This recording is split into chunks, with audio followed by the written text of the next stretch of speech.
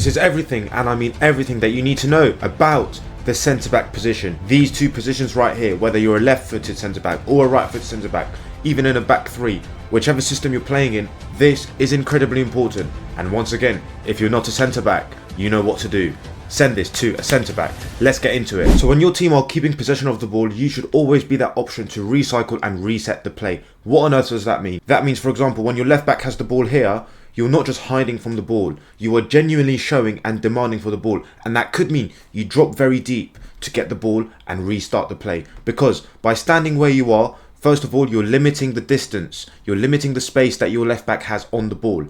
Second of all, if this is the opposition striker marking you, the moment you drop deep, this striker is straight away in a predicament. Do they follow you? Do they go to the ball? Do they stay where they are? Because right now, if they stay where they are, you get the ball, then you can recycle, then you can dictate the game from the back. If they get dragged to you, guess what you've done? You've opened up space for your number 6, for your opposite side centre-back to get the ball. So one pass out here, then your centre-back can drive with the ball. And once again, if you're the centre-back on this side, when you get the ball from a switch, when your team have switched the ball out to you, your job is to aggressively eat up the space. Literally eat the space up. Because if your team are building play on this side with a couple of passes, 1, 2, 3, 4, 5, your winger gets involved 6, even your number 10 gets involved 7, whatever's happening on this side, it requires one pass out to you, then you have so much space. The opposition would have been dragged to this side of the pitch for obvious reasons, because you guys have overloaded that side. The moment you get the ball in space, drive with the ball. So once again, ball carrying, not with your hands, with your feet, by the way. Driving with the ball is so important for centre-backs, especially if you're in a team that like to play from the back. So the ball gets switched out to you here, big touch forward, and you just drive forward, knowing that your next pass has to be a forward one, has to be a positive one. But once again, this comes down to your game IQ, interpretation, understanding of the game. If there's nothing on forward, you're not forcing it. You're doing a Cruyff turn. By that time, your number 6 would have covered you, your number 8 would be here, your winger would be further up the pitch. Then you can play the ball, and then you can gradually come back to your position, which would be around here. Very important. If it's not on to go forward, that Cruyff turn backwards allows your team once again to restart the play, because modern ball playing teams that like to keep the ball will overload this side with a couple of passes, switch it out here, drive, come back, then play again, then restart. It's always transferring the ball here, then back in the middle, then left, then right, and you need to be the dictator of that. So if you're on the left side of the back four here, if you're the left centre back, really control that left side, which means you're always moving left or right a couple of yards. You're dropping backwards, as we just demonstrated, in these positions here to force that striker into a predicament. And then if you do get the ball, can you put your foot on the ball? Can you relax? Because there'll be moments in games where you just need to say, you know what, forget this constant touch, play. I'm going to reset and go again. Very important. And one of the best centre-backs to watch right now is Lisandro Martinez, with the way he controls and dictates the game from the back. Really relaxed, really calm, and he just makes sure that his team are set before he plays that line-breaking pass forward. You'll see it a lot. The more you watch Lisandro Martinez, the more you understand what I mean. Where sometimes he just stands with the ball, walks forward, puts his foot on the ball, walks back. The reason why he does that is so whatever rotation that Manchester United want to do happens, then he breaks the line. When you're always playing touch, play, your team actually don't have time to rotate and get into those positions in possession. So for example, if Mane wants to go a bit higher, Shaw goes higher, Rashford tucks inside, that allows Casemiro a bit of space, Bruno sometimes drops in on the far side. If United want to play in this way, they need literally time to do that, right? That rotation requires, let's say, 6-7 seconds. So if you're always doing touch, play, that rotation physically can't happen. The moment a centre-back like Lisandro Martinez puts his foot on the ball, walks with it, plays a deliberate slow pass, which is another very important aspect, playing slow passes to really draw the opposition towards you, and then you break the line. So sometimes he'll play the slow pass here, get the ball back, then play it back to Onana, drop very deep, get the ball again. By playing slow passes, you're dragging the opposition towards you here. And by that time, United would have done that rotation, and then that dangerous line-breaking pass into that pocket on Mainoo's back foot, and then Mainoo can make things happen further up the pitch. That's just a Manchester United example. So many other teams have those very comfortable ball playing centre-backs that allow them to be so dominant in games. Being able to have the courage, composure and confidence to play those slow passes, very, very important in centre-backs nowadays. If you want to especially be that ball playing centre-back, the type of centre-back that can slow the game down, that can speed it up as well, controlling the game from the back. Because as we've seen, modern football has changed. Centre-backs have the most passes in the game. They have the most touches in the game in teams that dominate possession. So at times, can you drive forward with the ball, then play that slow pass, get the ball back here, then put your foot on the ball, then go backwards to your goalkeeper, then get the ball back. Then, because you've once again drawn the opposition towards you, you look this way, you look as though you're going to play your left back, and then you just zip it around the corner into your centre defensive midfielder's back foot, then he can play forward. Reverse balls, looking that way and wrapping it the other way. They're so underrated. They're so important as well. These are the little details that separate you from everyone else in that centre-back position. Being able to look as though, for example, you're going to play your other centre-back here. You're going to play your right centre-back, and then as you've raised your leg back to play them, you drop the shoulder, then you play your number 8 here. So pretending to play this way, then a little shift of the ball, then you play that way. And those little details would have brought your players further up the pitch more time on the ball. Because right now, the play's congested. You need to decongest the play. You need to reduce the traffic. So, if you're going to play here, it's for a reason. And as you play it here, you don't just stand there. Oh, I'm a centre-back, I've done my job, I don't want the ball. No. You drop deep, you get the ball again. You always make angles to be that option. Because the play is in front of you. If the play is in front of you, you can make the best decision possible to be able to exert dominance and to get on the ball just to play, then release your attackers, then they can make things happen further up the pitch. So, once you've played the pass here, you don't just stand there. You drop deep, you get the ball back, then you edge forward, just like Lisandro Martinez does. You come forward a bit more, then a bit of pressure. Can you play a slow pass, drop off again, get the ball back, drawing players towards you. Then you're looking as though you're going to play your left back or your number 8, then you wrap it around the corner into your number 6 who can make things happen. Levi Colwill does this really well as well. Calafiori, Bastoni, all of these, especially left-footed centre-backs, do this really well. Very interesting. Most left-footed centre-backs have this ability within them. In terms of right-footed centre-backs, we have Kabasi at Barcelona, who's very good at this as well. He's able to play this cross-field balls on the ground. So sometimes he's looking as though he's going to play, let's say, Jules Koundé, and then he wraps it to the far side pocket.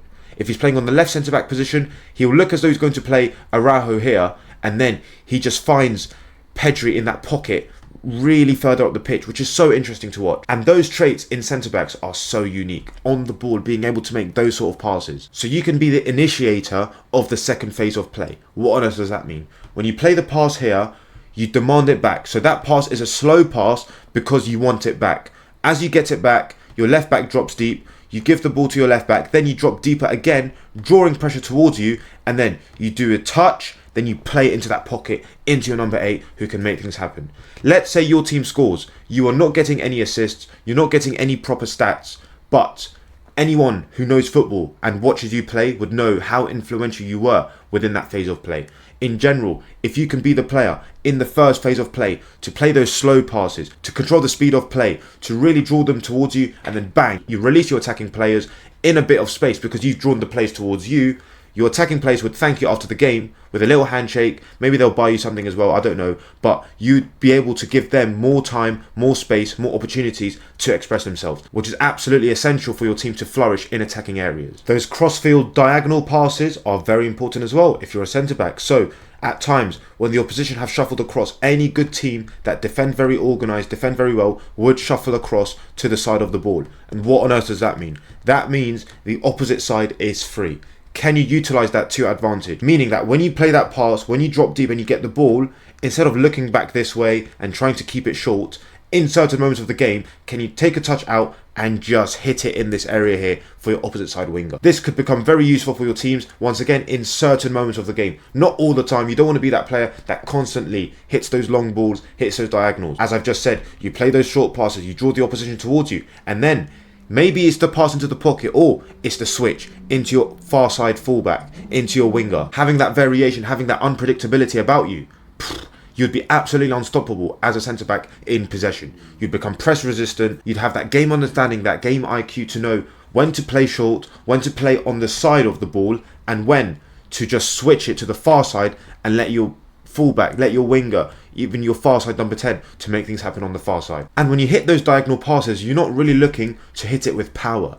You're looking to sort of float it with a bit of power, not too much. So you're not looking to have a long shot in the air where it's very hard for your opposite winger to control. You're looking at a slight little float in the air so your winger can control it. Yes, the opposition would have shuffled across, but also your far side fullback could be making that overlap, could be making that underlap. Your number 10 could be making that overlap, underlap. So you want to give your winger the best possible opportunity of actually controlling the ball. If you just smash it across, thinking, yeah, I'm going to hit that diagonal, bang! How's he meant to control it? What if it hits his chest, he tries to head it to try and keep it in play? So you want to give your winger or your fullback the best opportunity. A slight little float with a bit of power, so not too slow, but not too fast. You're floating it into this area, maybe your fullback is controlling it and he's able to take it in his stride. And that comes down to your technical ability as a centre-back. And now, when you're actually defending, when you don't have the ball, your positioning is the most important aspect. When the centre-back on your side has the ball, you should be focusing on whatever movement that the winger does. The striker might come to your side. The opposite winger might even come to your side. The number 10 might make runs in behind. So you and your partner at centre-back need to make sure that you're compact. You're bringing your far side fullback in to make a very compact shape, and then it's down to your anticipation. If you can see that this centre-back has rolled the ball out and is about to play that long ball, you're ready to drop. You're not waiting for the ball to go in the air and then you're dropping, because that split second could give this number 9, this number 11, this number 7, number 10 opportunities to go in behind and cause problems. So the moment you see the centre-back roll the ball out and they're about to hit it long, you've already dropped. So when the ball's in the air, you'll be somewhere here. Can you head it in these wide areas? Can you potentially even have the composure? We've seen some centre-backs do it, where they head it into their centre defensive midfielder's chest, who can bring it down and then they can play. It can happen, but ideally you'd want to head it out into these wide areas, let your fullback, let their winger or their fullback and your winger compete for that second ball there. Anticipation, reading of the game, reading of the opponent's body position, angles, hips, eyes, anything and everything that will help you gain that advantage. And then if this centre-back gives the ball to this centre-back here, you guys would have shuffled across like that, and then you're just once again looking at this centre-back's next pass.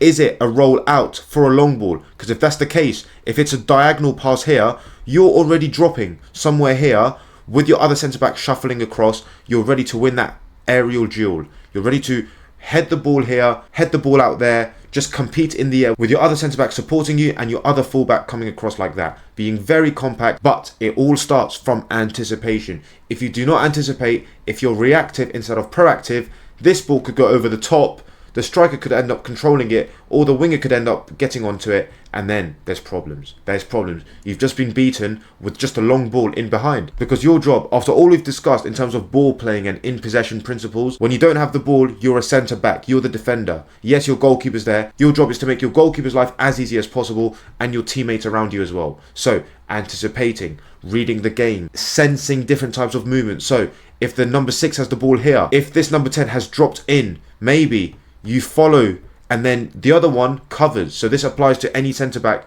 on any side of the pitch. If this number 10 drops in, maybe you can pass him on to your number 6. It just depends on the game state. At times you'd be dragged in, which is fine, but then the other centre-back would have to shuffle across, and so would the full-backs as well. These aspects require communication, reading of the game, and feeling the game. What is the game telling you? Do I need to track this number 10 in? Can I pass this number 10 onto my number 6 and maintain my position? If the ball comes out to this winger here, where am I? It's a 1v1 with my fullback, but am I in close proximity to make sure if my fullback gets beaten, now I am there, then my fullback can come into this area. So you're not on a flat line with your fullback, because if this winger beats your fullback, that's it, they're in behind. You're sort of on a diagonal somewhere here. So if this fullback gets beaten, you're there. You really aggressively press the ball. You're not necessarily putting a foot in, because if this winger is very skillful and very flashy, they'd be able to use that to their advantage. You're really delaying, you're jockeying, waiting for your moment, delaying the play so that your fullback who's just been beaten can get back into position. Your number 10, your number 11, they're all sprinting back to make sure that this winger cannot cause any problems. And even if this fullback makes a dangerous underlapping run, an overlapping run, you guys have enough cover because you slowed the game down. You've slowed this player down, which allows your team to retreat and recover. As a fullback, your priority should be to interpret the space. Listen to the space, identify where you need to be to help your team. Now, what on earth do I mean by that? So when your right-sided centre-back has the ball, if the space is there for you to drop deep because the opposition are pressing high, then you do so. So for example, in this scenario, up against a high press, if you drop very deep, this winger is now in a predicament because the moment they follow you, look at that space for your winger to receive the ball or for your number 8 to receive the ball. And then guess what? If that does happen and the ball goes into your number 8 under pressure, your job is not done. Your job is not done. Guess what you're going to do? You're going to support underneath the ball right here to receive with your striker spinning in behind, with your winger spinning behind, and now you can play that ball over the top and be very direct and be very effective for your team. And when you drop very deep, because you've interpreted the space and you've identified that that is the potential best solution and this winger stays, you can get the ball. Yes, the opposition are pressing very aggressively and now the winger is pressing you. Now, how's your first touch? Your directional first touch. So as the winger is coming towards you, as the pass is here, your first touch is into the space and you've taken the winger out of the game with one touch. Your directional first touch becomes incredibly important in these particular scenarios. Now, in certain moments of the game, interpreting the space could mean you drift inside into the half space. So the opposition striker is pressing your right centre back. This is the winger here. Now, instead of dropping deep or going high, you drift inside here to receive a pass behind this line. So if I were to draw a line like this, right, you would receive the pass to break that line to turn and play, and that would require your number 8 to be slightly higher and your 6 to stay disciplined within the width of the 6-yard line like that. So your 6 is operating this area and then you can really receive the ball in this half space and you can turn on the back foot, so receiving the ball on the half turn to play forward. So you're starting out wide, your centre back has pressure from the opposition number 9, your winger is cutting the pass off to you, the simple pass, and then you on the blind side of the winger, on the blind side you go in here to receive the ball on your back foot, and now you can play. Maybe it's a pass in behind to your number 9, maybe it's a 1-2 with your number 8. So you get the ball, you play, you offer.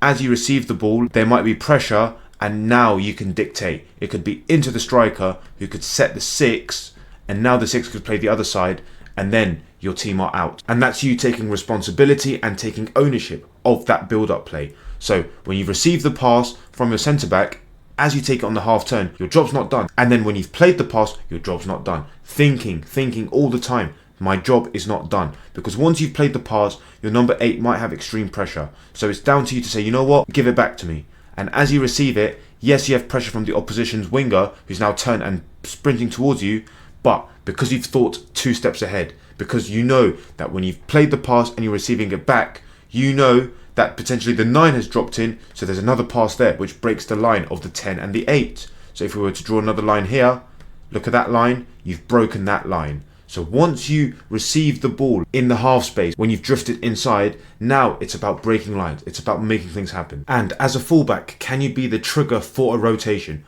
What on earth does that mean? That means when your right-sided centre-back has the ball, or for example your left-sided centre-back has the ball, and this is you here as the left-back or right-back, whichever side you're on, you are going to go very high, you're going to go away from the ball to open up space. Now, when you go very high, if this winger follows you, look at that space for your centre-back to take their time on the ball. Maybe the 10 drops in. And just by that one movement, you've helped your team have more time on the ball. Now, if this winger says, you know what, forget the fullback, I'm going to press the ball, you want an option via a third man combination. It goes into the 6, out to you, and now you've created a 2v1 on the opposition fullback. Also, by going high, by going away from the ball, your 10 can drop in, your 7 can drift inside into the left half space, and now you've become a left winger. Yes, you're a left back, but now you're a winger. You're a winger in possession of the ball because now your left-sided centre-back can potentially play the 6, who can play the 10. The winger is pressing the 10, goes back into the 6, out to the left centre-back, who's now drifted out wide. Your opposite centre-back shuffles across, and your full-back on the other side shuffles across. You have a back 3, you have a midfield 4, with your 7 operating in the pocket, and now you can receive the ball here. Because the 11 is now focused on the 10, therefore you're the option straight away. And guess what? If the winger wants to stay here and focus on the ball, well, the 10 gets the ball in space. If the 6 wants to step towards the 10, well, the 7 gets the ball in that pocket. So you moving away from the ball when your near side centre-back has it causes this. And that is very helpful for your team if your team can utilise that correctly. So you've created a 4-man midfield with your 6, 10, 8 and 7, and then you've become the winger. So if you receive the ball down the line like that, what's your 1v1 ability like? Can you drop the shoulder, go down the line, and how's your end product? Can you cross the ball into the box, into that very dangerous area, what we call no man's land, where the opposition back line are sprinting back to their goal, the goalkeeper is in and around the 6-yard line, and guess what? Your attackers are sprinting towards the goal. And if you can cross the ball into this area here, that is just very, very dangerous. Because does the goalkeeper come to try and retrieve it? Does the centre-back try and deal with it running back to their goal while the attackers are running towards the goal?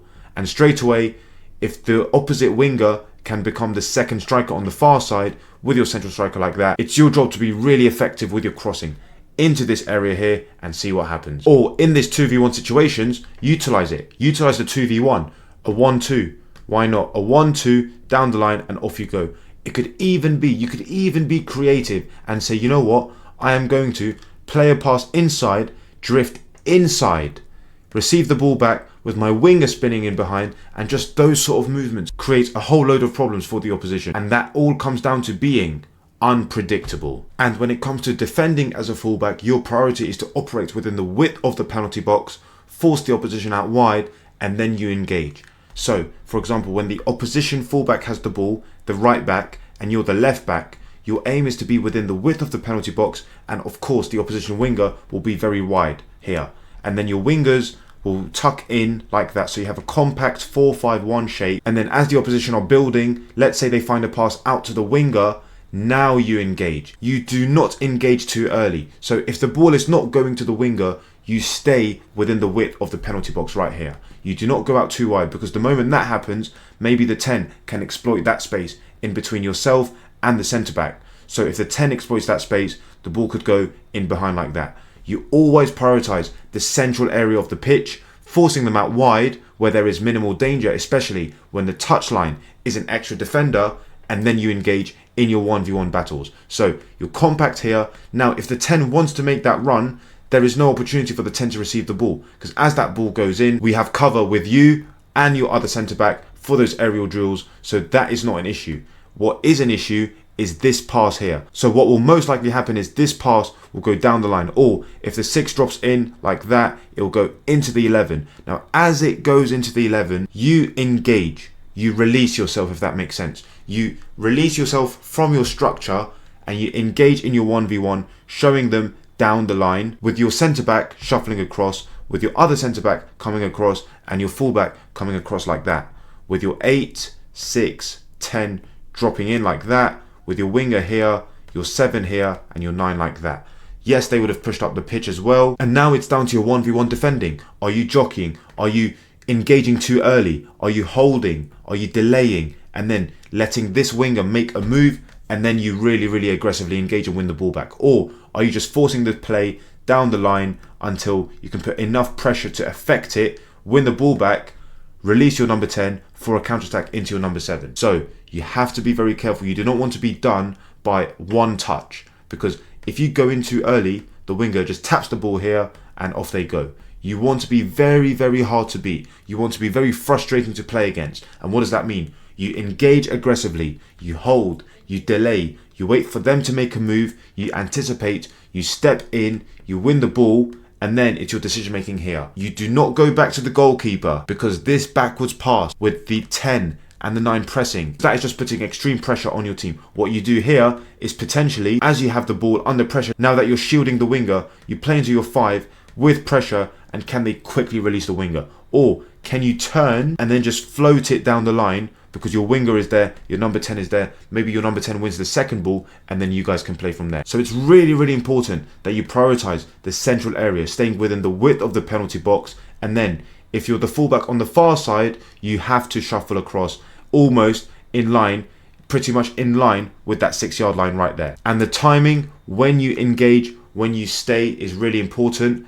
As the ball is traveling, that's when you detach yourself, and that's when you engage in a 1v1 duel with the winger. Now, if you notice in this number 6 position right here, you are at the top of the diamond from the back. Your goalkeeper, 2 centre backs, and that's you right there. And then there's another diamond, your number 8, your number 10, then your number 9. You've created another diamond, and now you're at the base of that diamond. So notice how straight away you're linking the build-up phase and the attacking phase. You're literally in the middle. And once again, let's do some more maths. 1, 2, 3, 4, 5 players at the back. 1, 2, 3, 4, 5 players in attack. You are in the middle. In a way, it's a 5-1-5. So it's down to you to be as aware as possible of what's going on this side of the pitch right here. Then what's going on this side of the pitch. Then what's going on there. And it's down to you to make the best decision possible according to the game state. So sometimes that means keeping the ball, passing the ball backwards, and then you pass the ball forwards. Not always getting the ball and going forwards, because you could be losing the ball, and in that moment of the game, you guys need to control the game. Game interpretation, understanding what the game requires, listening to the game. It's your responsibility because you are at the heart, you're the fulcrum of the team. So the centre-back has the ball here. You shuffle here to get the ball. And as you get the ball, maybe your number 10, your number 8 are being closely marked. So instead of forcing it to them into pressure, you say, okay, maybe I play my number 3, my left back. Then I support again. I don't run to the ball, because if I run to the ball, I'm closing down my left back spot. Why am I doing that? Instead, I should move horizontally a couple of yards to be that passing option. So for example, if this is the opposition winger, this is the opposition striker, this is the opposition centre midfielder right here.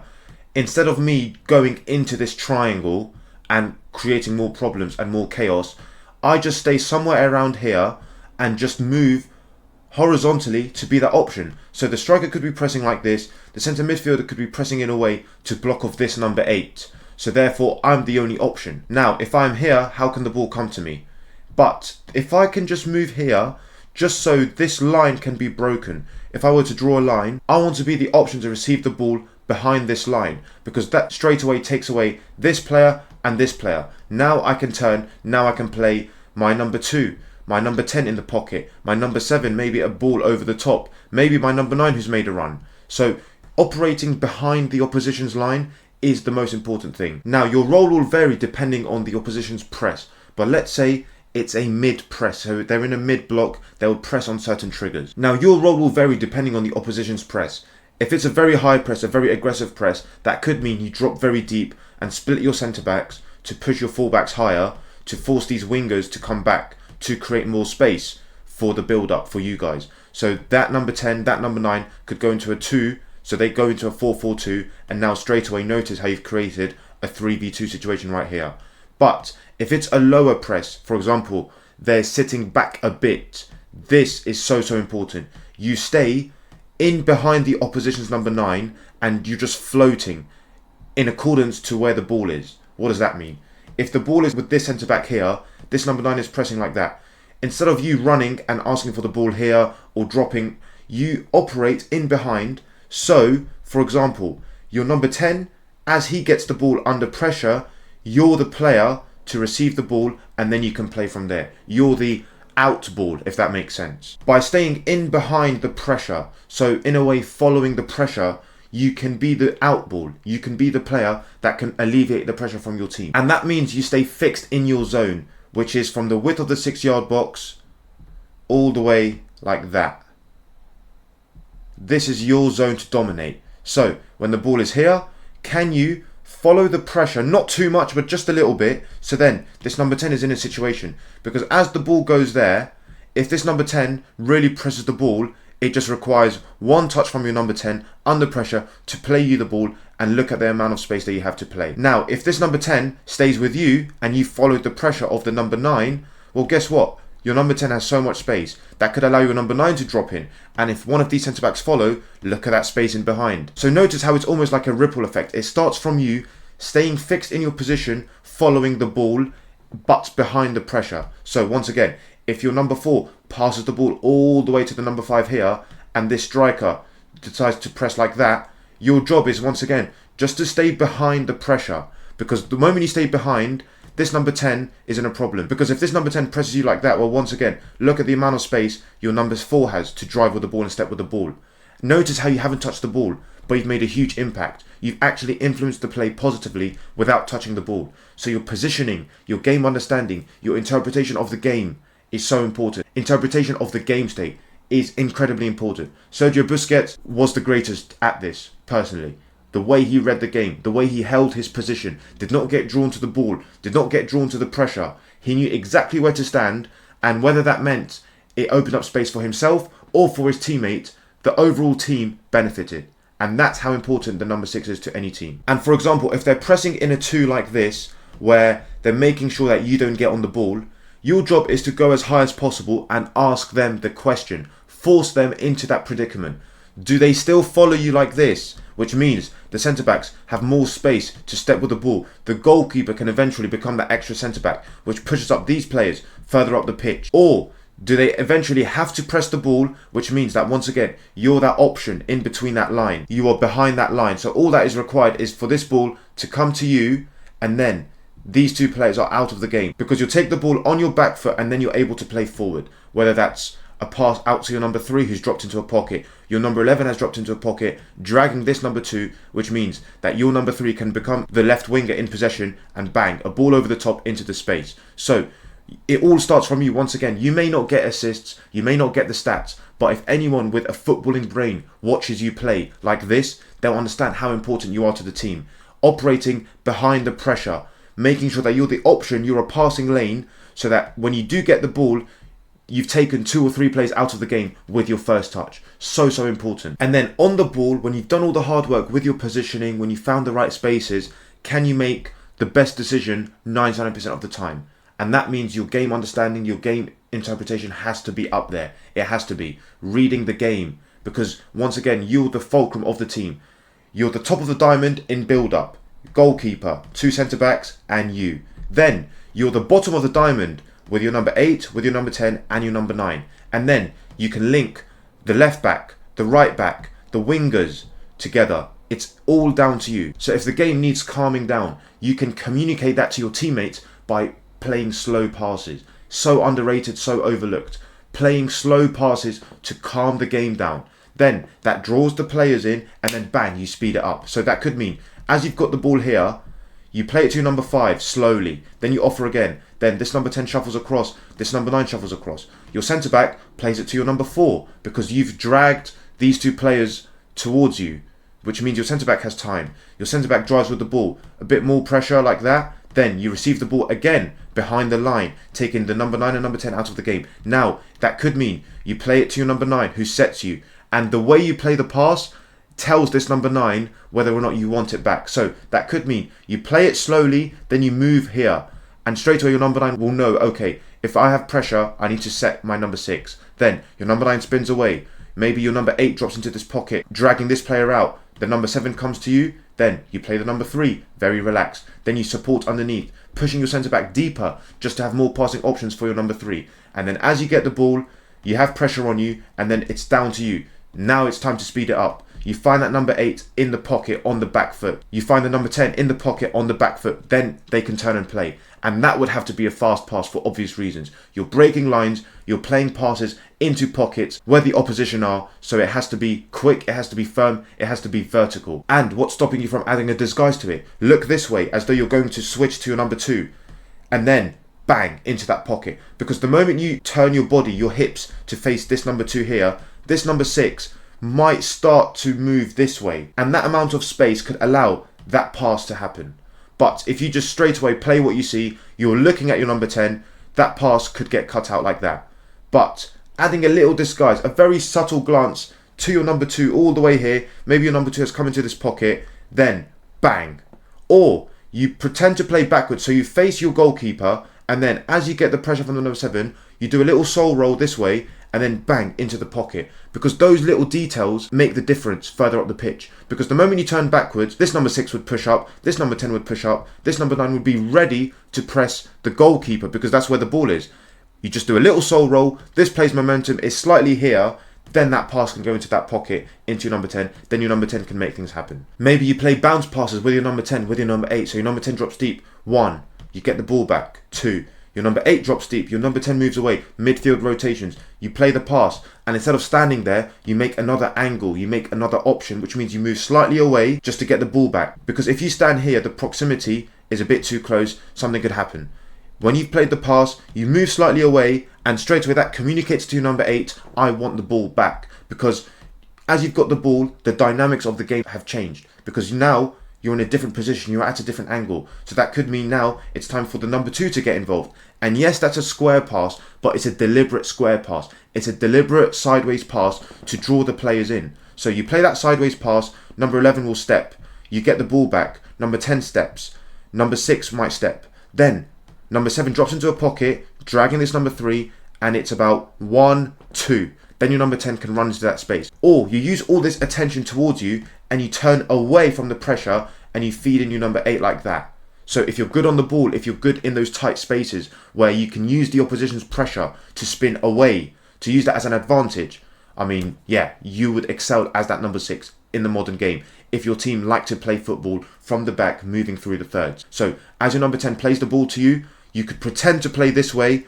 Yeah, no, I'm going to fake and go that way. Straight away, that would have dragged these players across a couple of yards. But that's all you need to be able to be effective to play these passes here. Or maybe, if they're very good at defending, the number 7 drops here. So, okay, you play your centre-back who can step with the ball. And then you have the know-how to realise, okay, now I need to cover my centre-back because my centre-back is now driving with the ball. So, interpretation of the game. I've said it, I think, 10 times in this video, and I'll keep saying it. It's so important because you're linking everything. You're literally in the middle of everything, as I've demonstrated. And reading the game could mean putting your foot on the ball, really slowing the game down, walking with the ball, then speeding up. Then if you see the space, can you drive with the ball? So for example, there'll be moments where you get the ball from your centre-back here, the striker's out of the game, like that. Then you have the space. Can you drive to commit players towards you, and then you play your number 8 in that pocket of space who can drive forward. So don't underestimate the power of driving with the ball.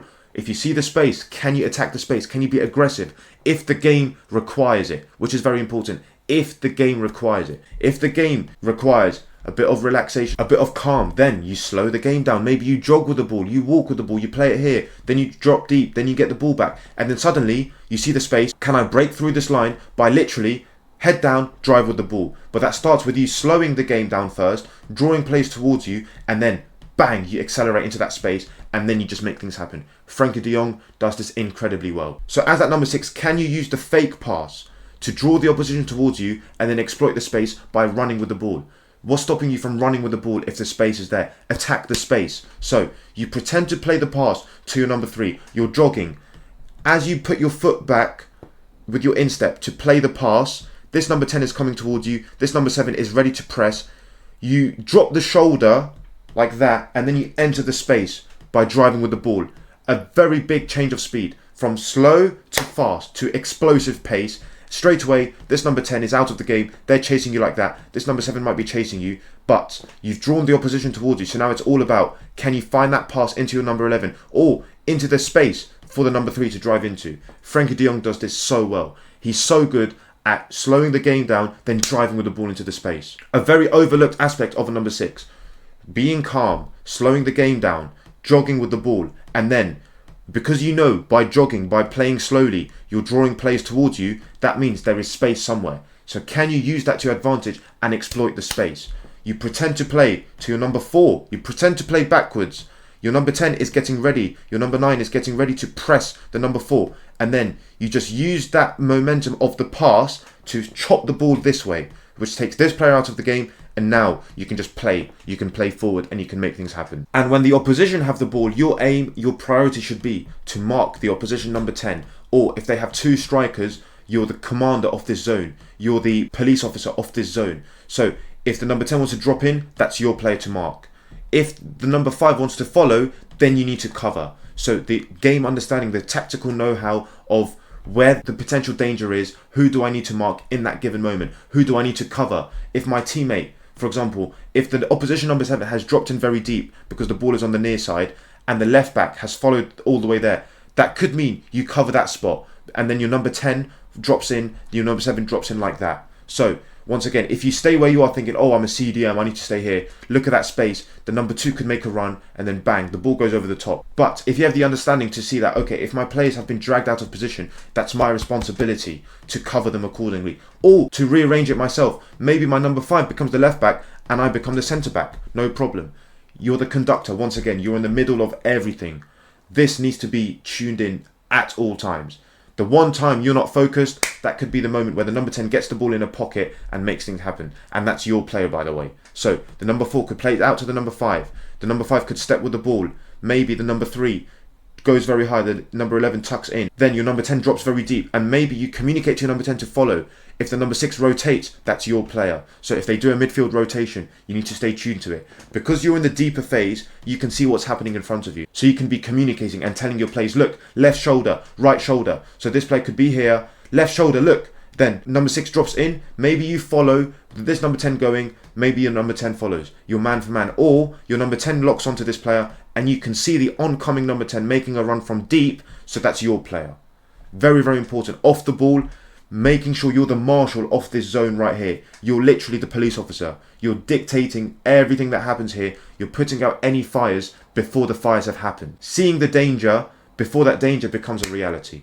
That's how you can summarise your role defensively as that number 6. So this player right here is involved in the team's build-up phase right here, and also the attacking phase, making things happen, chance creation. So for example, when this centre-back has the ball here, this number 8, if you're a number 8 on the side of your centre-back who has the ball, instead of running to the ball and asking for the ball, you stay away from the ball. Why do you do that? It's to open up that space to create the diamond. You're basically at the top of the diamond. If you notice your number 6, your number 2, the number 5, and you. Look, you've created a diamond, just like this right here. Now, when you're at the top of the diamond, your aim is to move a couple of yards side to side, either this way or that way, to be that passing option. And that is very, very important, because the moment you say, okay, now I want the ball, the moment you enter the diamond, that's when you're collapsing the diamond and you're suffocating the space. Your priority should be to stay away from the ball as much as possible to allow your centre-back to drive with the ball forward. And then as they drive, there'll be a moment where there's an opposition pressing like that, and that's when you move to receive the ball either on this side of the opposition or on this side of the opposition, just like that. Then you can turn and play forward. So you're operating in what we call the half space. It goes from this here up to here. This is what you call the half space. Your priority should be to dominate this area as much as possible, winning your 1v1 battles when the ball is loose and it's just bouncing around. This is your area, this is your corridor, to be the police officer and the leader of this area right here. So, in possession, can you get the ball as far as possible in this corridor? If you have to drop deep, that's fine. So, when you drop deep, you don't drop like that. You drop at angles, just to allow that triangular pass. The moment you drop vertically, what? You get the ball with your back to goal, and then what? You're going to play backwards. You're going to attract pressure. What you need to do is you drop sideways, so then you can create a triangle with your number 6. So that could be the ball goes to your number 6 and then to you, or to you, then to your number 6. And whilst that is happening, when you've dropped deep into this area here, that pushes your fullback high.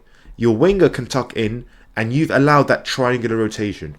Toni Kroos at Real Madrid does this so many times. When he does it on the left-hand side, that's Ferland Mendy going very high. That's Vinicius Jr. tucking inside. And the number 10 would be Toni Kroos, who drops in there. And he gets the ball and dictates play from the deeper areas. And yet he's a number 8 on paper.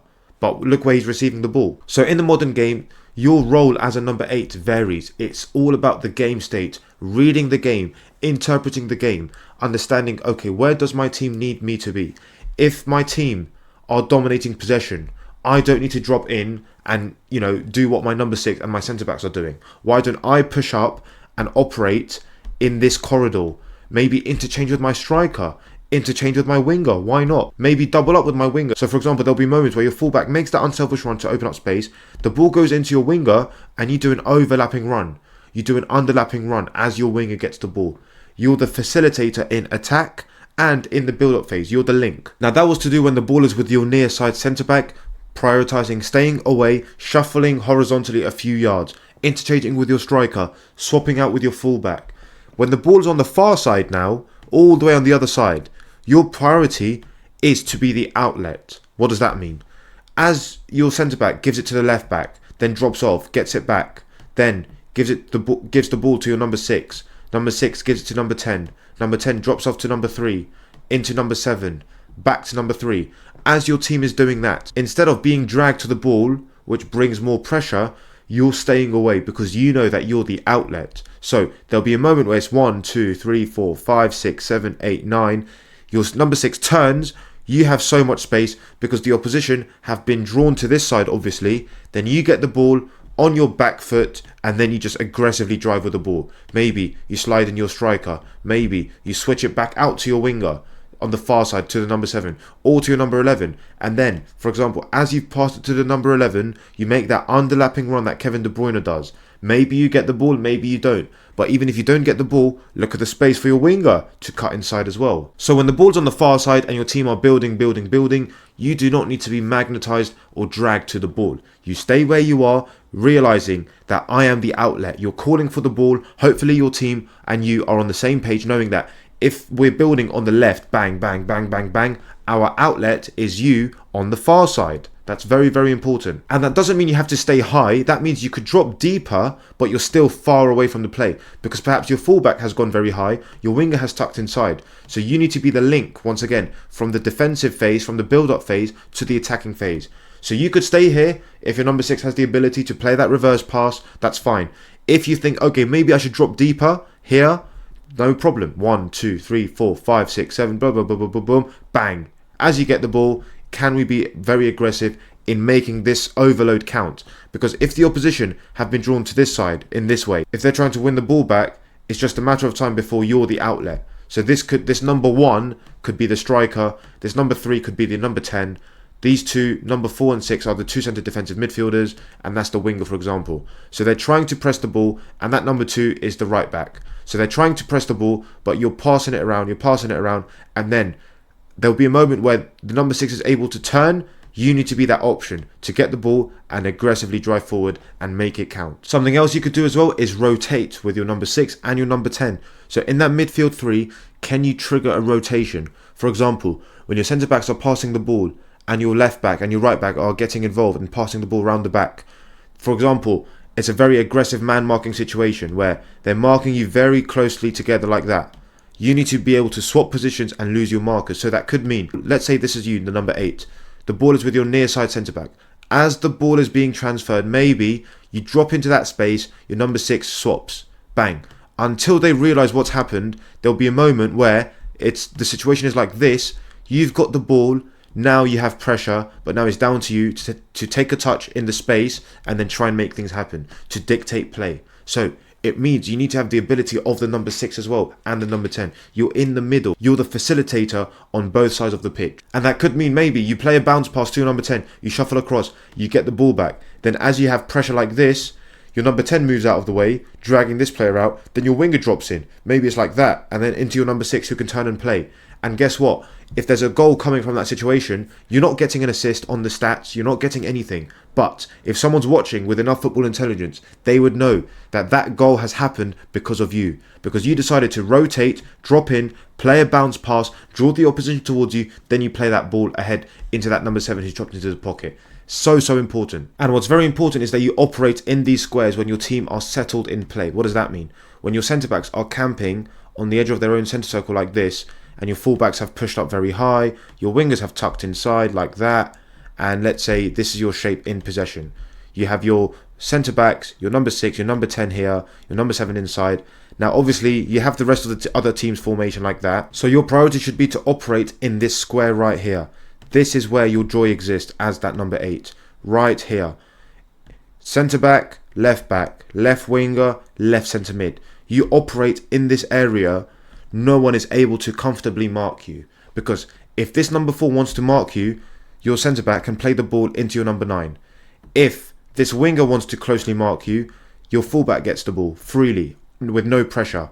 If this centre-back wants to mark you tight, look at that space for your number 9 to run in, or for your winger to run into. If this left-back marks you, the number 11 is free to get the ball over the top. So you are in no man's land. no one exactly knows how to mark you, or no one knows who should be marking you, because the moment they mark you, they've left space, and defending teams prioritize the space over the player when they are sitting in their block. They're very happy for the players to rotate here, no problem. Number 10, drop here, no problem. Number 2, come there, no problem. That's away from their goal. But the moment you say, you know what, I am just going to stand in this square, even if that means you literally stand there, you'll see the problems that it causes. Your centre-backs, your centre midfielders pass the ball here, here, here, here. There'll be a moment where, let's say the number 7 wants to press you, number 10 decides to press you, number 4 wants to press you, but guess what? Remember what we spoke about the diamond? You are literally at the top of the diamond. Look at number 5, number 6, number 2, and yourself. You're the top of the diamond. You're not running to the ball. You're moving left or right to be that option. So in this case, it would be here. As this number 4 is pressing, you get the ball on your back foot. Now look at this. Big problems. The number 9 could make a run here. You either feed in the number 9 or use the number 9 as a decoy to drop the shoulder, cut inside, sending the centre-back this way. Then you have a bit of space as the opposition are shuffling across to have a shot on goal. Even to slide in your number 7 through that gap there. So you operating in that square causes so many problems. It's just such a dangerous place to collect the ball. You could even get the ball on your back foot here and then play it to your number 11, make that underlapping run. Maybe receive the ball back and then you can make those cutbacks or the crosses into the far post for your opposite winger or even to your opposite fullback who could be making a run there. So that position is just extremely important. You look at the best players in the world in that number 8 position. They operate in that square. Ozil, David Silva, Isco, Pedri, Kevin De Bruyne, Foden. I can go on forever. Messi, Iniesta, Xavi. Whenever they wanted to really make things happen, they would drift into that little pocket and just ask the question. Neymar as well. They would ask the question. All you're doing is you're standing there. You're not speaking. You're not literally asking the question, but you're saying, hey, I'm standing here. I could get the ball. And when I get the ball right here, I'm going to cause problems. And another very important aspect of your game is your ability to switch play where necessary. So there'll be times where your near side centre-back has the ball. It's going into your your right back. It comes back. It goes in there. It goes back. Then you say, you know what? Let me drop deep, push my fullback higher. Now, as you do that, there's a bit of confusion between the centre midfielders marking you and the winger. And then as you get the ball, let's say you get pressure. Maybe you just take one touch out and you just switch it to the other side. Because suddenly, the opposition would have shifted across just a bit like that. So then the space is on the far side. Can you effectively hit that diagonal pass all the way to your winger on the far side or to your number 3, to your left back on the far side as well? And just by doing that, you've added another aspect to your game. So you could play those quick 1-2 combinations with your number 6, with your right back, with your right winger, with your striker even. So at times, when your near side centre back has the ball, as we said, you create that diamond with your centre midfielder, with the right back, and then as you get the ball here, with pressure like that, a first time around the corner, you flick it into your number 9 and then you follow your pass. You get the ball back and then you have your left winger, your left back, your number 10 making forward runs. You can either use them or you just use them as a decoy and you have a shot on goal. So that run is very, very important. The run around the corner. So the pass and the run around the corner. As you get the ball, maybe your number 6 gives you the ball. Maybe your right back, your winger gives you the ball. As you get the ball, you've already checked your shoulder, so you know what's happening. First touch into the number 9, and then you follow your pass. As you follow your pass, when you get the ball back, that's when you can make things happen. Preferably, if you're left-footed and you can play right centre midfield, right sided number 8, it's very effective, just like Martin Odegaard. But even if you're right-footed playing as a right-footed number 8, you can still do it. Your centre-back gives you the ball, use your right foot outside of the boot. Outside, flick, run into your pass. As your number 11, for example, gives you the ball, first touch, right foot into your number 9, then you run into the pass. Very, very key details that if you add to your game, you'll be so effective. Honestly, you'll be a game changer because there'll be moments in games where, you know, you're playing easy 3-touch, 4-touch, 2-touch football, 1, 2, 3. Then can you speed it up by doing 1 and then running into your pass? If you can do stuff like that as well, if you can add that to your game, you'll see things that you'll be doing that you'll just be like, wait, how am I able to do that? It's because you're thinking 2 steps ahead. The number 5 here, the number 3 here, they don't really know what you're thinking. So you use that to your advantage as you get the ball, first touch, flick, run into your pass, and then make things happen like that. When the ball is, for example, with your centre-back here on the right-hand side, your job is to roam as high as possible in line with the ball. Why? Because when your number 6 peels off here and your fullback, your right back comes slightly higher and your winger stays very high, your job is to create that diamond right here. So that's your centre back, your number 6, your right back. Now, your other centre midfielder could push on as well, or your other centre midfielder drops in like that. So you're really overloading the side of the ball with the intention of isolating the opposite winger in a 1v1. So the centre back could give the ball here, then it goes there, then it goes there, and then in that time you've operated here. You're not dropping to the ball, you're not sprinting to the ball, you're just roaming in this area right here, waiting for the ball to come to you. Because as that number 10, when you're running to the ball around this area just to get on the ball, then who's operating here? You've just left your space. You're that type of player to get the ball in those tight pockets on the back foot and just make things happen. David Silva, Isco, Mesut Ozil, Kevin De Bruyne, Lionel Messi. So you're prioritizing operating in this area here, and then as the ball gets fired into you on your back foot, your job is to realize that, wait, if I've overloaded the side of the ball, the pass is out here. So can you get it on your back foot? That depends on your body position. So if your hips are facing the goal, then you get it on your left foot to play out wide. Now, sometimes you might be operating back to goal, so then you get it on your right foot. That's still your back foot. So your back foot depends on your body orientation. So at times it happens. Your back will be to goal, the ball gets fired into you. Can you get it on your right foot, one touch out, and then pass out wide to your winger who can go 1v1? And then your job's not done. Can you hit the box as that late runner, as your striker is hitting the box, as your winger is hitting the box as well? Can you be that late runner to potentially get a cutback like that, just like Jordi Alba, Lionel Messi, and then you score, and then you celebrate in the corner flag like that? Now that's one variation, overloading the side of the ball. Sometimes you can stand still. We've seen Lionel Messi do it, standing still wherever you are. So that could mean you stand on the far side as that outlet in possession. So your centre-back could give the ball here, then gets it back. Then your number 6 gets the ball. Then it goes to your number 8. Then it comes back to your centre-back. Then it goes to your number 6. And then obviously the opposition would have been drawn to the ball. So you're the outlet operating in the far side pocket, just here. Not too wide, not too narrow. Just in what we call the half space, which is here. So this is the half space right here. Can you operate on the far side in that little pocket right there? So if I were to draw a little square, this is your zone of operation right here. So as your team are keeping the ball 1, 2, 3, 4, 5 passes, you're the outlet. Can you get the ball on your back foot, which in this case would be your left foot, because the goal is obviously that way, and then can you drive and make things happen? Maybe you slide the pass into your winger like that, or you drive inside and then you take a shot on goal, or you switch the play to your opposite winger. This is where you just make things happen. You express yourself. You play with that freedom, with that creativity, because you've done the hard work by standing still, by maintaining your position on the far side, trusting your teammates to play 1, 2, 3, 4, 5 passes. You get the ball on your back foot, and then it's down to you to be very aggressive and direct. And as a number 10, there'll be moments in games where you don't have to pass the ball. What on earth do I mean? In moments of transition where, let's say, your centre-back has won the ball back from the opposition and plays it to you, and now you're running, creating a counter-attack.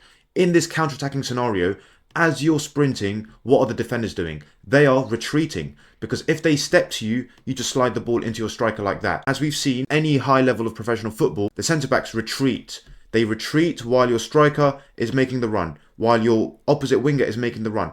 And it's down to you to continue to carry and run with the ball until they step, and then you play the pass. Because right now, if you play the ball here, the centre-back's already there. The centre-back is retreating. So your job is to say, okay, centre-backs, back four, thank you. You're retreating. I am going to continue my run into that space.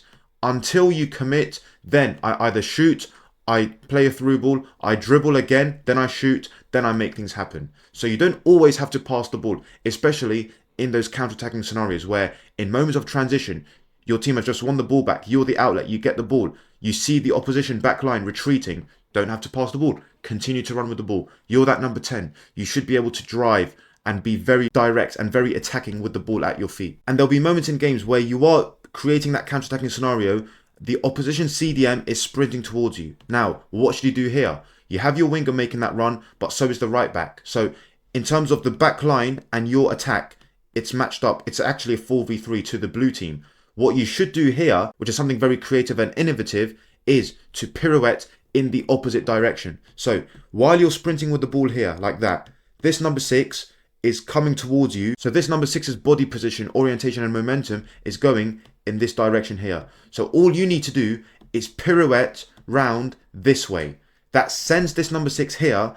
Now you've bought yourself more time to either switch the ball, to reset the play, or to switch it here, or to drive even more. Then play that through ball here. It's just a way to reset by doing that pirouette against the opposition's momentum. So once again, you're driving into space. You can see this player is pressing you. So instead of continuing to dribble this way or trying to pass the ball here, because when you pass the ball here, this number 6 can continue their press.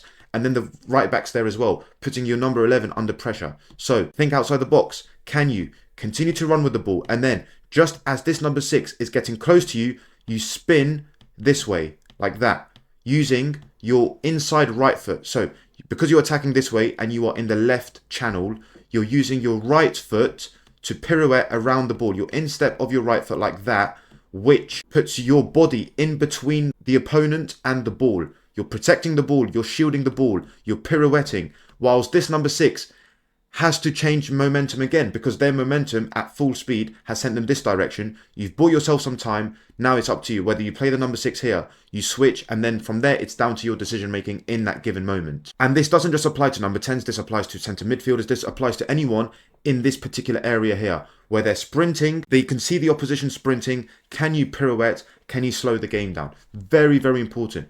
Iniesta, Xavi, Busquets, Messi. They did this all game long with their eyes closed. Another very important movement that you can do, which should get you in behind in a 1v1 situation as that number 10, is to peel away from the ball, dragging this number 6 away. Then your striker drops in, which means that you need to have a good relationship with your striker. Pre-game communication is important as well. Tell your striker, if I'm going to make this run, you drop in.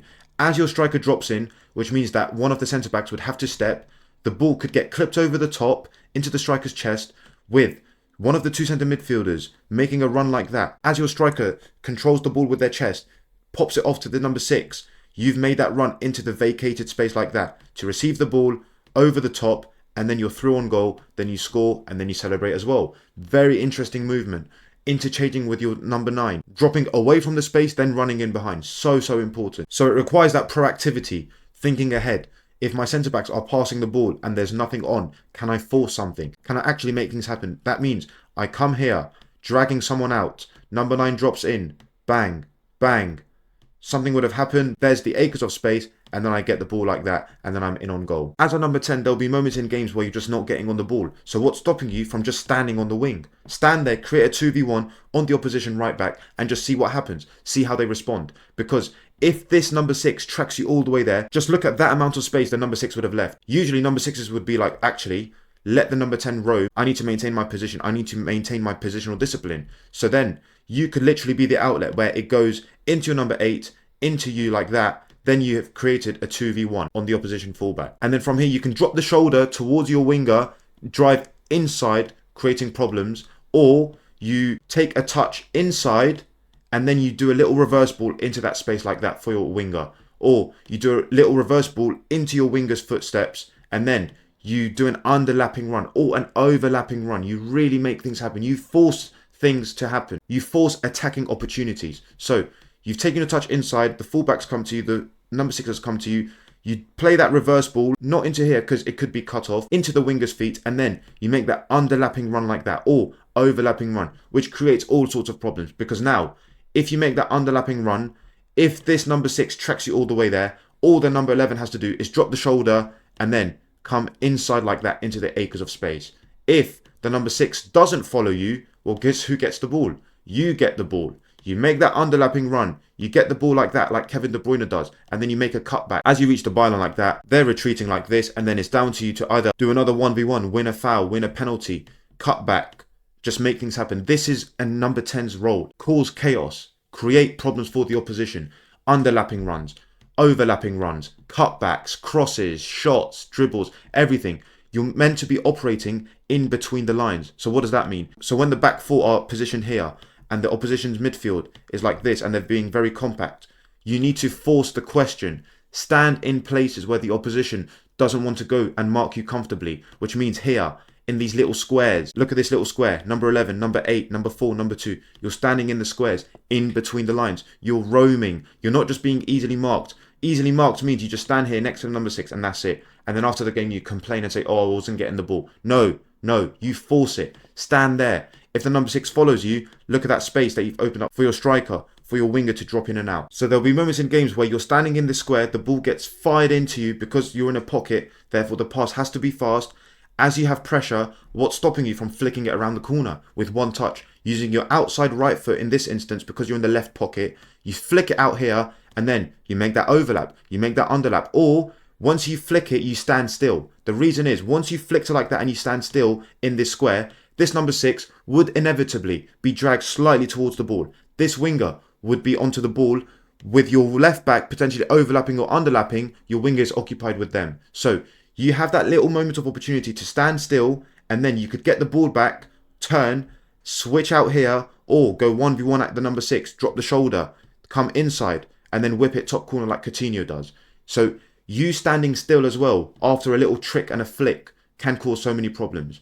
Number 10s, be as creative as possible. Think outside the box and do it. That's all. That's literally the best advice anyone can give you, because you're in that position where you're a number 10 for a reason. You need to be making things happen. Maradona said it himself. Back in the day, the number 10 was only given to the best player on the team, and they would play in between the lines, in pockets, with the ability to play a little trick and a flick around a corner and then stand still. So as I said, you play that pass, you stand still, you get the ball back. Now you're in tight spaces, your 1v1 ability, ball manipulation. Can you think outside the box? So that could mean in the situation here, can you put your foot on the ball, drag plays towards you, and then with your outside right foot, you flick it here, then you come here, then you get the ball, and then you just play.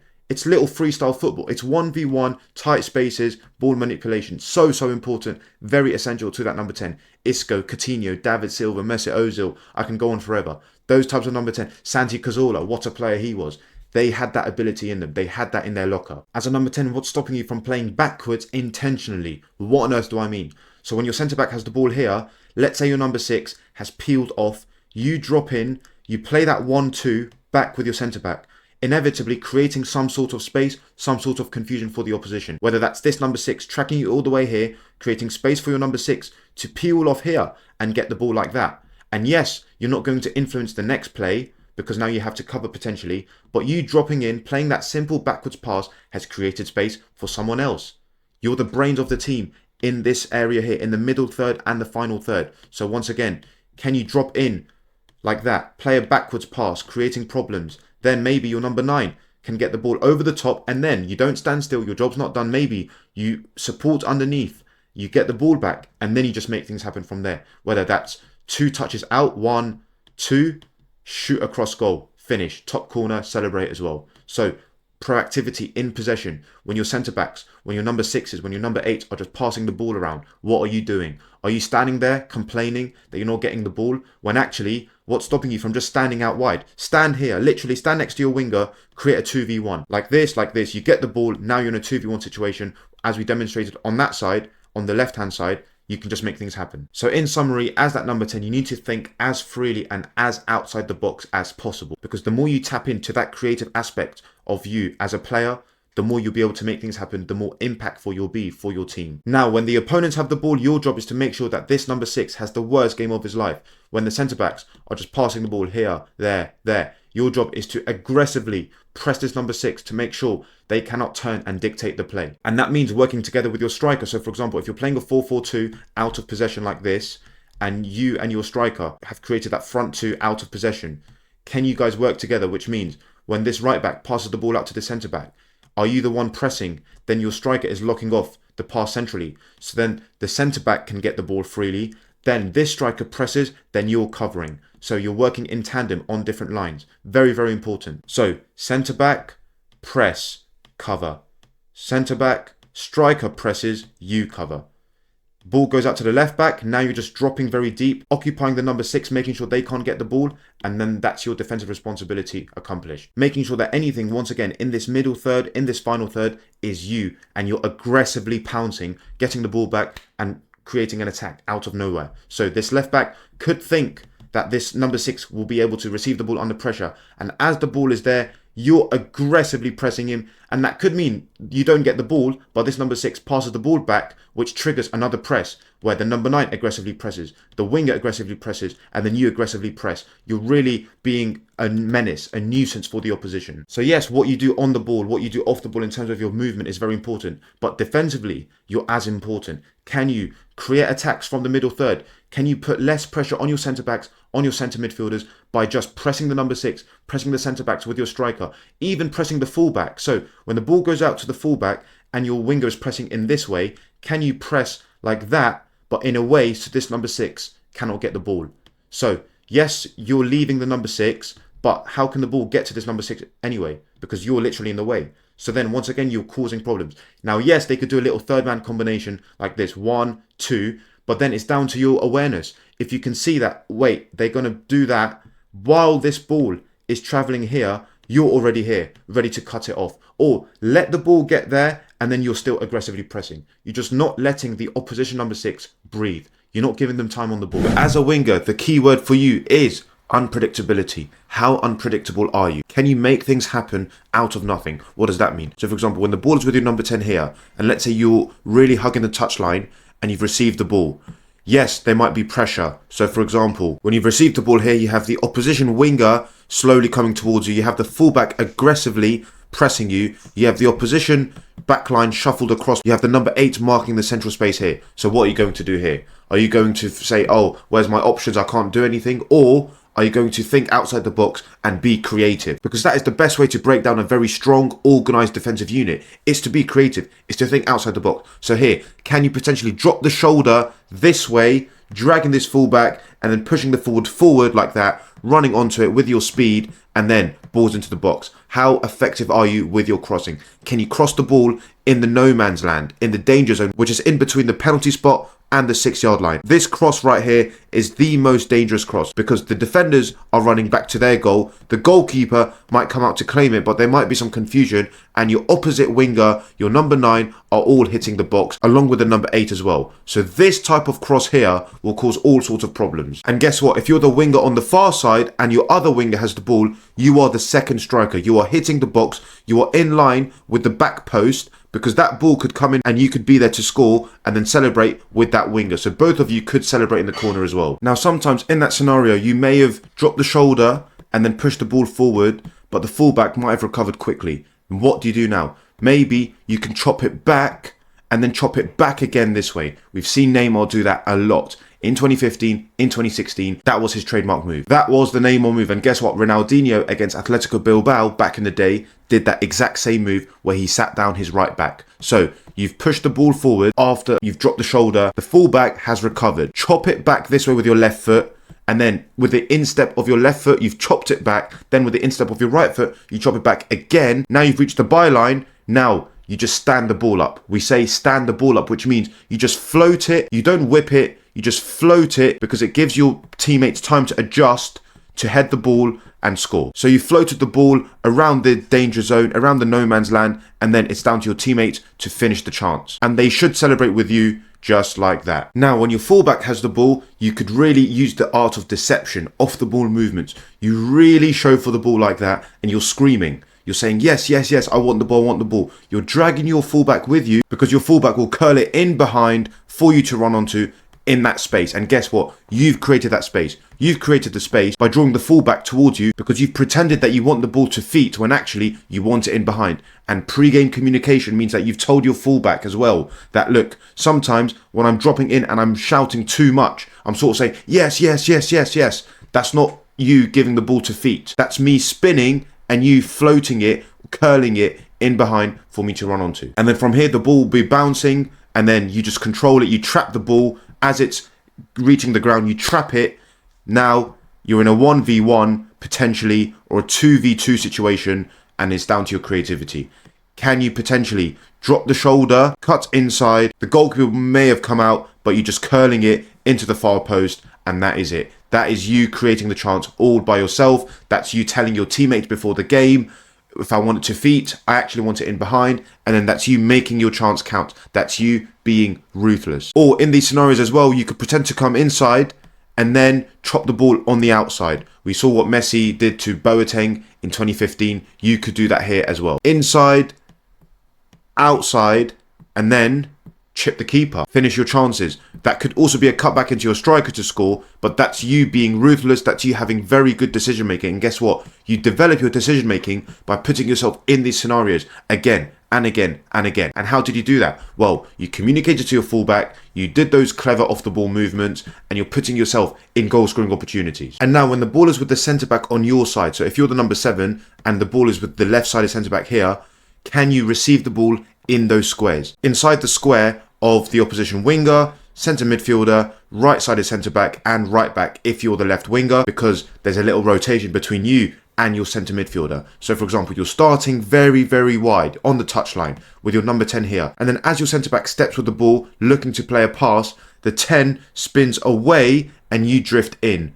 Or the 10 moves away, goes outside that square and you drop in. What that does is cause a moment of confusion, and that's where you can receive the ball in this dangerous square like that on the back foot, and off you go. Or the number 10 would drop very deep, dragging this player, and then you can drift in this area here, and the centre back with a little reverse pass facing this way rolls the ball into that space there. So the centre back steps with the ball, about to play the pass, the 10 moves away, the 8 might follow. That's the space. Look at that square. Okay, it's a trapezium, but you get what I mean. That space there is for you to receive the ball on the back foot, on the half turn, and in the duration of that, your fullback could be overlapping. And now look at this situation. It's a 2v1 on the opposition fullback. It's up to you whether you want to use the fullback and slide them in, or you use that as a decoy and you just continue driving at the defense. You continue to be positive, aggressive, and ruthless, because now your number 10 could be making that run. You can slide them in here, or the 10 is a decoy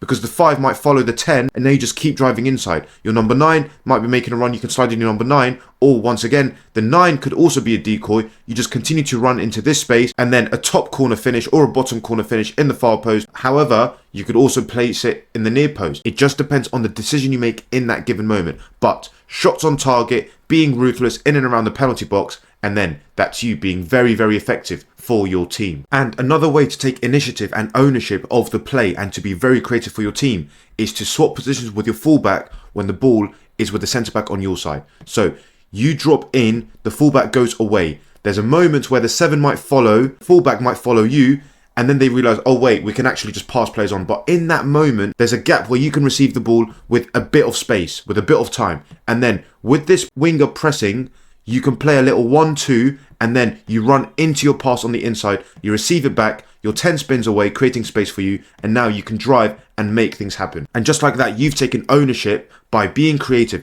by swapping positions with the fullback, and then as you've received the pass, now the 7 is pressing, you don't just play the pass into your 10 and stand there, you support under the ball, you follow your pass inside, receiving the ball, and then you just drive forward. And now from here, it could be a switch out to the opposite winger with the 9 hitting the box, with the 10 hitting the box, with you hitting the box as a late runner, because in this situation here, the fullback is now in a 1v1 situation with your winger. The winger could cut it back to you and then first time finish into the corner, and that's it. That's you really being that player for your team, just like Neymar was back in 2015 and 2016. As a winger, when your centre midfielder has the ball and they've played it out to you, one touch around the corner into your 10, and then you follow your pass to receive the pass back, your 10 spins away, and now you're running at the defence. So you've lost your fullback by playing it one touch around the corner, because this fullback will be very tight to you. So you move away to create a bit of space, then you drop in a little bit, you receive the ball, instead of controlling it and attracting more pressure towards you from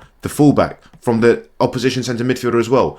One touch instead, one touch around the corner. You don't run down the line because the fullback could have good recovery pace. You run on the inside because that's something that the fullback will not expect. The fullback will not expect you to play the one touch pass here and then go here, curving the run under the ball, because the 10 can set, spin away, and now this fullback, if they follow, they're out of position. You can do a little reverse back into the number 10, or you can use the number 10 as a decoy, because the centre back will have to think about the 10. So you could drop the shoulder in the direction and then keep driving forward, shots on target, creating chances. Maybe you slide the ball into your number 9 as well, who could finish and you get an assist. But whatever you do in that final third is down to your decision making. But creating that chance is from you thinking outside the box, thinking, oh, if my centre midfielder has the ball, why don't I play a one touch around the corner? Why? Why can't I do that? The ball comes in, flick it around the corner, support underneath, and then just make things happen. Be creative, be ruthless, be unpredictable. As a striker, your aim is to be dangerous. It's to be an absolute nuisance for the opposition backline. It's to be a menace. It's to be an absolute handful. What does that mean? It means when your centre-backs are circulating the ball from side to side, then your left-back has it, then it goes into your number 6, then it comes back out. Whatever's happening in your team's build-up phase, you're just circulating. Maybe you drop in, but you don't get the ball, and then you spin out again. You're just asking questions. Are you going to follow me in places that you don't want to go? So, for example, you can drop in when your left-sided centre-back has the ball, and you're not really asking for the ball as well. You're just dropping in, asking the question, will this 5 follow? Because if this 5 follows you, guess who's getting the ball in behind? It's the left winger making that inverted run. It's the number 10 spinning in behind with this ball going over the top. And then, if the centre-backs don't follow you, you're the free player. So you could get the ball in a pocket of space on the half turn, and then you create problems. So your number 10 could drop in. As you drop in from the back line, this 6 might follow, and if your centre-back can break lines into the pocket on your back foot, and now you can drive. Or you can start to float in line with the ball and then drop into that pocket of space. So if your left winger is hugging the touchline and this number 10 is slightly moving inside, look at this pocket of space that you can collect the ball in. You can just roam, and then suddenly you drop in, the centre-back fires it into your back foot, or your centre defensive midfielder fires it into your back foot in that pocket on the half turn, and now you can just make things happen. Because once again, if you are dropping in into a strange position for a striker, which is in this pocket here, who's going to track you? Is it this centre-back? Because if this centre-back follows all the way here, look at that space in behind for your number 7, for your number 11 to even drift across, for your number 8, for your number 10 to make runs in behind. So you can always operate in those squares in line with the ball. If the centre-back passes to your other centre-back here, to the right side, you can drift to this area, and maybe your winger becomes the striker, just creating problems, interchanging positions, roaming, and just asking questions. You can drop in, drag the 4, and then you spin in behind and you receive the ball over the top in behind. But that would require the opposition to have a higher press. So if the opposition are pressing slightly higher and now they're leaving space in behind, that's where you use your game initiative, your game understanding to realise, where's the space? Oh, the space is in behind. How can I exploit that? I'm going to drop in. This number 4 might follow. Then I'm going to spin in behind and the ball could be floated over the top and I'm in on goal. And then that's the next point. Your 1v1 finishing ability. Potentially the most important aspect of you being a successful striker at any team, at any level of football. Your 1v1 finishing, because you will find yourself in these positions a lot where the opposition have pushed up the pitch, you're the outlet, ball in behind, 1v1 finishing. Do you have the composure to roll the ball to either side of the keeper? You don't have to break the world record for shooting power. You don't have to break the net. You just have to find a corner and roll the ball in and celebrate afterwards. Happy days. So when you're in these scenarios, can you make up your mind and just simply pass the ball into the net? Just think like you're passing the ball to a teammate, but the teammate happens to be on the goal line, and that's it. And you've got to realize whenever you drop into these pockets here in between the lines, ideally you're just looking for a set and then a spin in behind. So if you're going to drop in here, you're looking at the centre back to fire it into you. If you can turn, great. If you can't, you're looking to set the number 8, and then you have your wingers making runs in behind, and then you are also spinning in behind. Because if you've dropped into this space here, this centre back would be drawn towards you. Now you set space in behind for your wingers to run into, and now guess what? You are hitting the box with aggression, with purpose, with directness. Because now the opposition are retreating, they're sprinting back to their goal. What can you do now? How can you be effective? The ball's out here.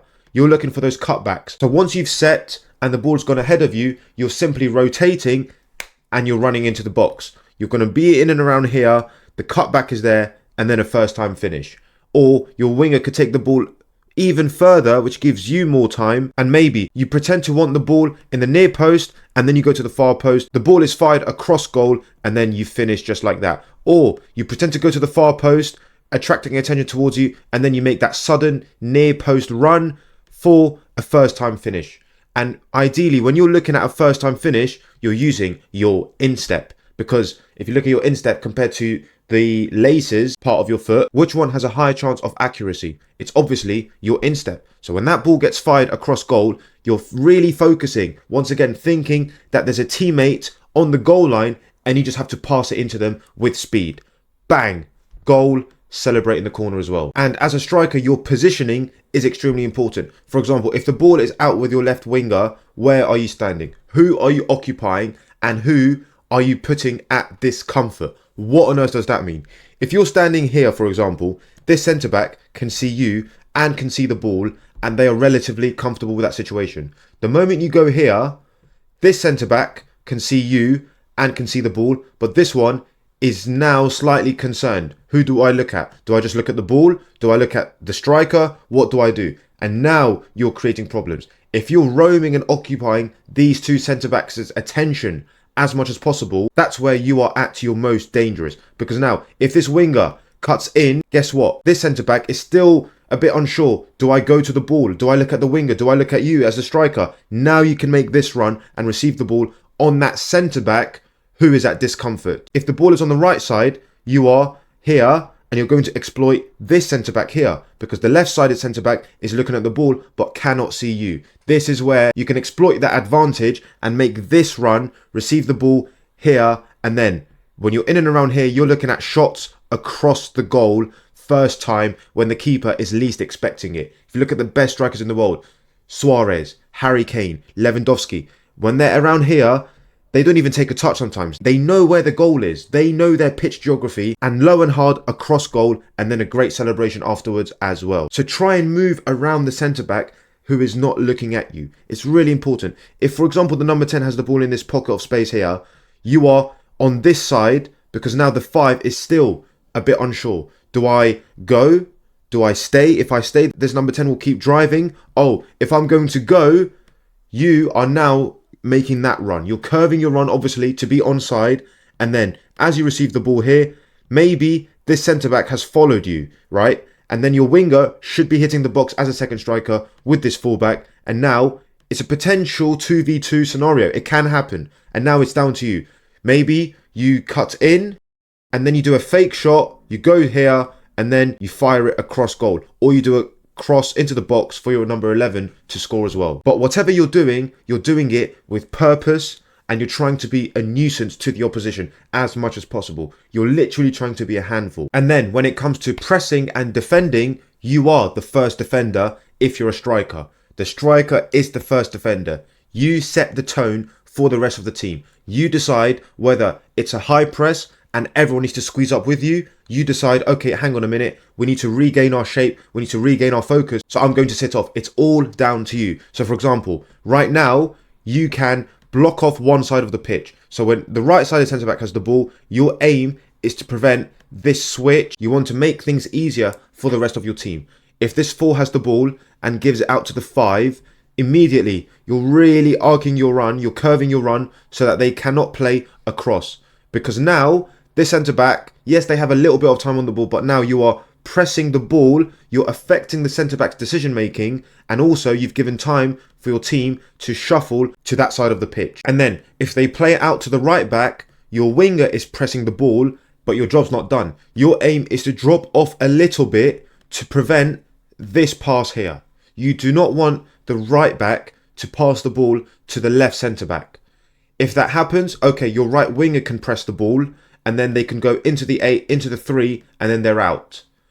Unless your right back presses, but that requires the whole team to be on one page. But anyway, as soon as the right centre-back plays it out to the right back, you drop off a little bit to block off this pass, and then you let them play back to this player here. And then as soon as the ball goes, now you're even more aggressive, and now you're really curving your run, and you're forcing a long ball or a mistake. Maybe they want to play their number 6, but then you've affected the quality of that pass, and then your number 10 is there to regain the ball, and now you could actually be in on goal in a 1v1 situation. So your aim is when the ball goes out to, let's say, the left back, you do not want that switch, so you're dropping off a little bit, you're letting them play back to that near side centre back, and then You're curving your run, but with more aggression, with more pressure. It's a trap. You would be setting a trap for the opposition.